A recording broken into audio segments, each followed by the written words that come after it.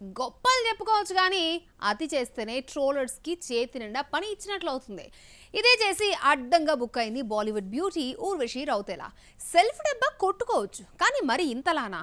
అంతేకాదండో వింత కోరికే బయట పెట్టింది మేడం. ఆమెనెవరికన్నా చూపించండ్రా, అలా వదిలేకండ్రా.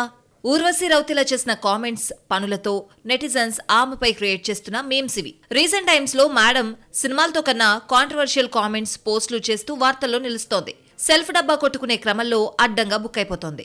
ఏకంగా స్టార్ హీరో హీరోయిన్లతో పోల్చుకుంటూ తానే టార్గెట్ అయిపోతుంది ఈ దబిడి దిబిడి బ్యూటీ. మొన్న షారుఖ్ తర్వాత ఆ రేంజ్ లో ప్రమోషన్స్ చేసేది తానేనంటూ గొప్పలు కొట్టుకుంది.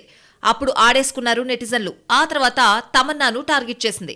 జాట్లో తాను చేసిన స్పెషల్ సాంగ్ రైట్ 2లో తమన్నా చేసిన సాంగ్ కంటే బెటర్ అన్న కామెంట్ సోషల్ మీడియాలో పోస్ట్ చేసుకుని విమర్శలు రావడంతో డిలీట్ చేసింది.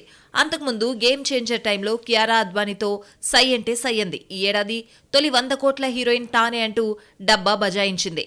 ఇక ఇప్పుడేమో ఏకంగా ఉత్తరాఖండ్లో తనకు ఒక గుడి ఉందని, సౌత్లో దేవాలయం కట్టేయాలని అభిమానుల్ని కోరడం కొసమెరుపు. ఢిల్లీ విశ్వవిద్యాలయంలో ఆమె ఫోటోలకు పూలమాలలు వేసి దండమమాయి అని పిలుస్తారని ఓ మీడియాకు గొప్పలు చెప్పుకుంటోంది ఊర్వశి. ఆమె చేసిన వ్యాఖ్యలు సోషల్ మీడియాలో వైరల్ అవుతున్నాయి.